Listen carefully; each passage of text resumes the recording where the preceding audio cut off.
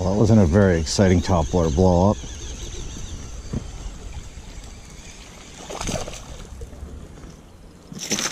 Hoping to get some good footage, dude. What am I supposed to do with that?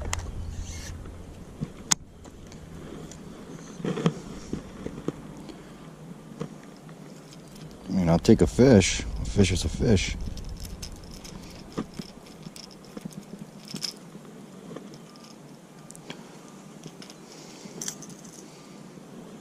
No squeaker. Now go get your grandpa, grandma, uncles and cousins.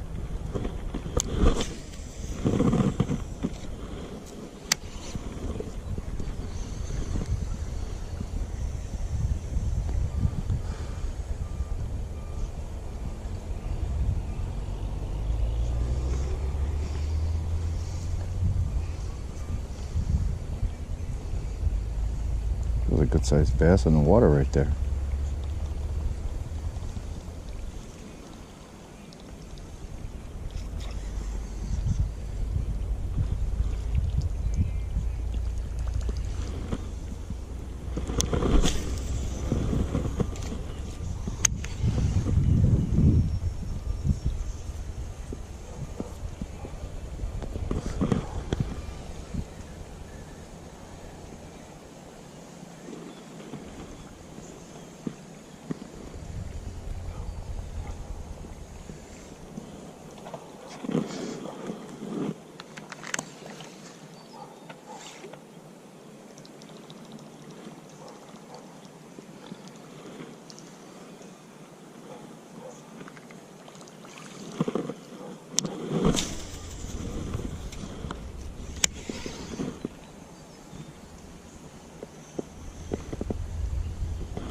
Oh, there's one.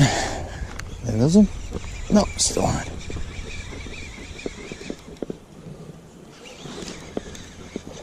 That feels like a pretty good fish. Stay out of there. No. Get out of there. That's a good fish. There we go. That's a good fish right there. I'll take these all day.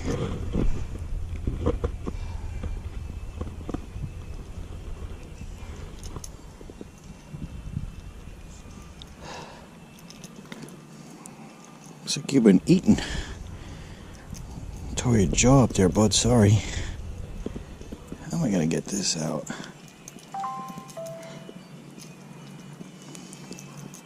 There we go.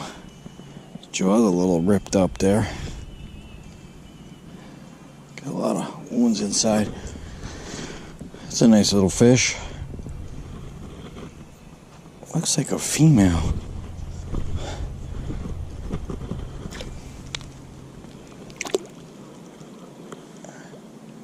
That's a good fish. Nice.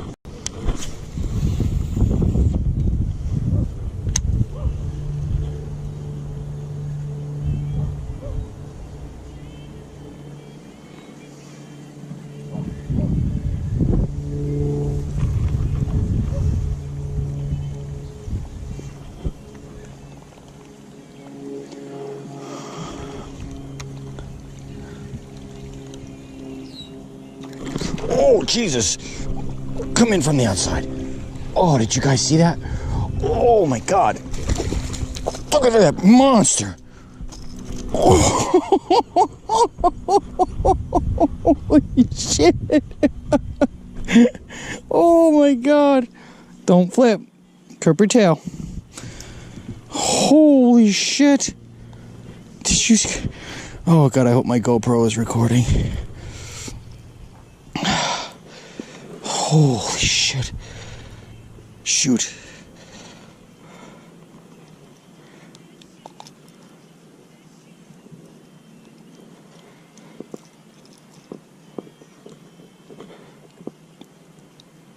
Oh my God.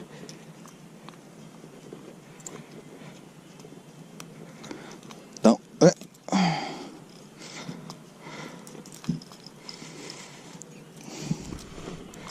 Come on, this last hook.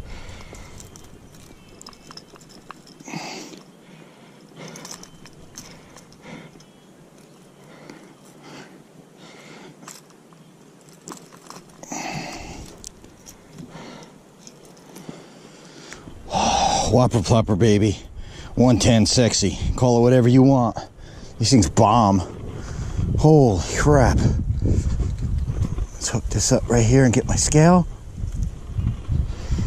Look at that. Look at the size of you. Let's weigh you.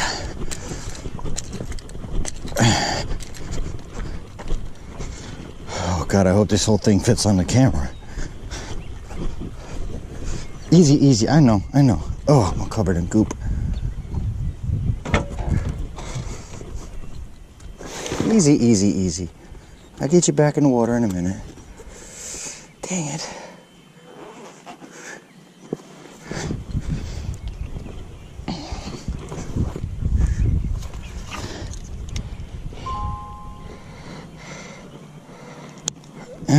All right. I know. Let me get this locked on. Let me sway you and get you back in the water here, babe.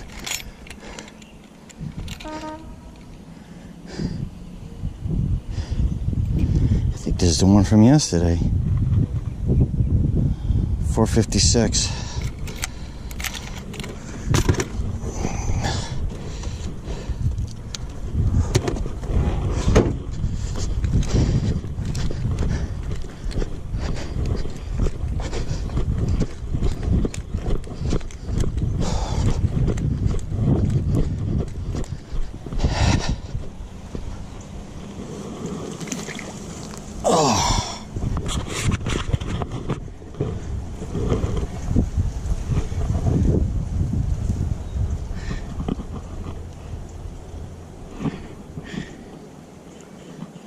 You good?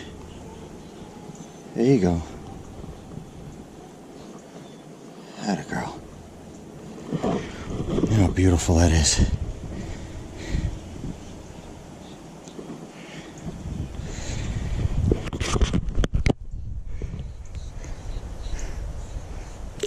Oh, she's ready.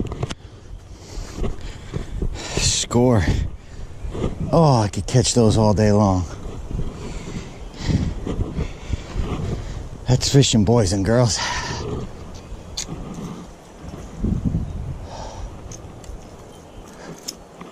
Ah, shit. Shoot.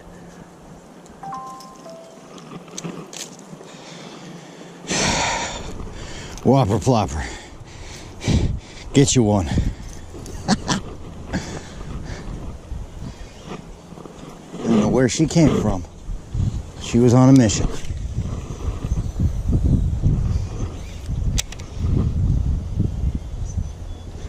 That was beauty.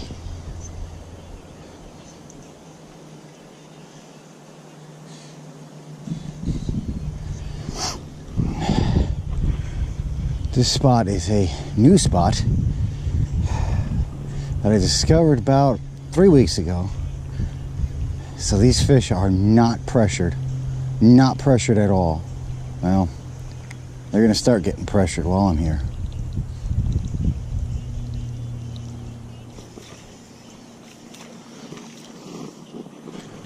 That's awesome.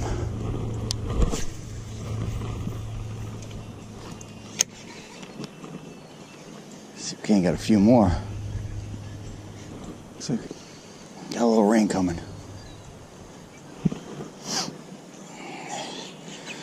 You know, I'll talk a little bit about what I got, what I'm using here, as ironically enough is a Duckett rod, which you either hate them or you love them. A lot of people hate them. Some people love them. It's an alright rod. I've got an arsenal of them before I started switching over. I'm now fishing with a graphite blank. And this is a fiberglass blank. Fiberglass is stronger, obviously, but it's also heavier. There's very little give to it. This is 7-foot medium heavy with the wind grips, the red wind grips, which I put on. But this rod I was able to save the original finishing rings. So these are the Duckett finishing rings that came on the rod when I got it. I just like the wind grips, gives you a better grab on the pole when you're casting a 1 ounce weight. I had a tendency to, with those cork grips, as much as I like cork, they would tend to, you could feel the rod slipping. Not coming out of your hand, but spinning a little bit. For me, at least, when it got wet and over time. So I switched over to these. Everything I have has got the wind grips on them of some sort. The reel is a Daiwa Fuego. I got this for $100. It's a throwaway reel is what I call them. When they break, you just throw them out. And I got my Hogtech handle on it. Everything I have's got Hogtech on it. I have their weights, I have their handles, all their stuff. Excellent group of guys. Great product, great customer service. I'm very happy with them. But as far as the reel goes, it's 8-to-1. I mean, it's heavy. I think it's just under 8 ounces. It's heavy. It just is what it is. So it looks an old Daiwa. A little bit of updating to it. I mean, it just works. And for $100, you don't get the option to complain because it's $100.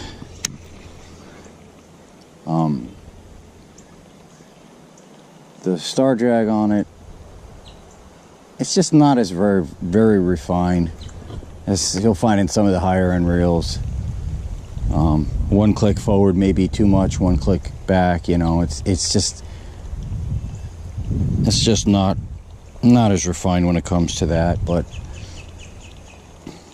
this thing is just, like I said, for $100, man, you can't beat it. You really can't. It's actually quite smooth too.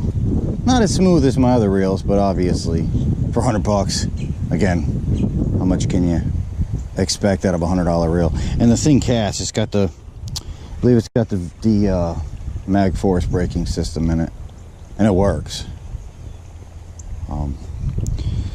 Yeah, that's it. I'm using Sufix 30-pound. Actually, this has got a 40-pound braid on it. They're 832.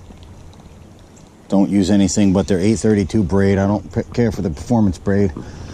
I have some Daiwa J braid. I have some of the Shimano braid. Shimano braid is nice. So is the Daiwa braid, but it's not as, I don't know, it's just not as smooth as with the Sufix. Like with these micro eyes on this pole here, you feel everything.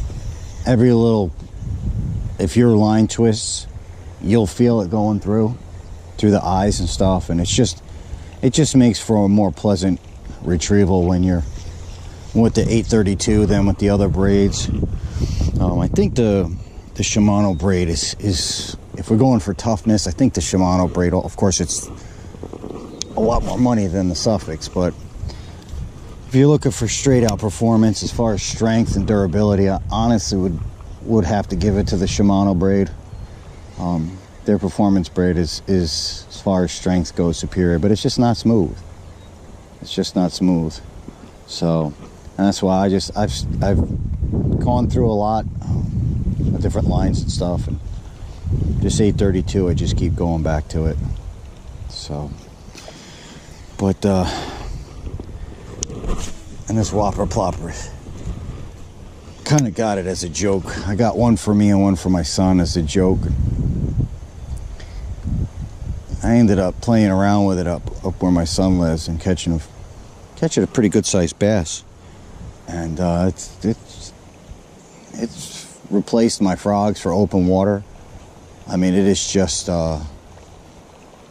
it's just a do-all lure. I mean, I catch everything on this, from small to big.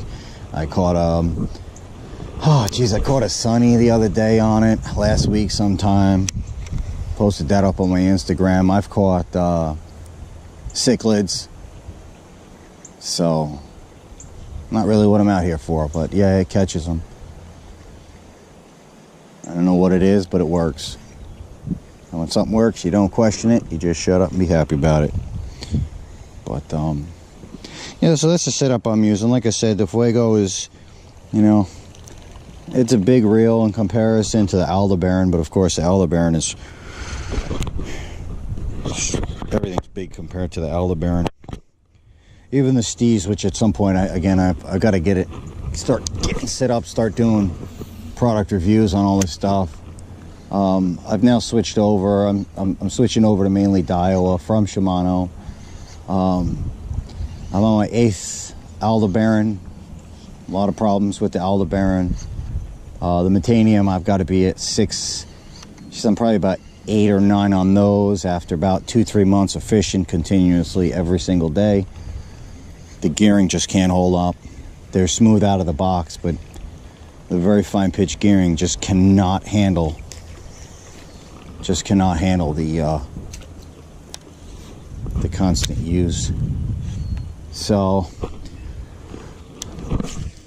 thank you to Tackle Warehouse, because they have been awesome exchanging these out for me, and they're going to get me in. Right now I have a Daiwa Steez TWSV or SVTW, and that reel,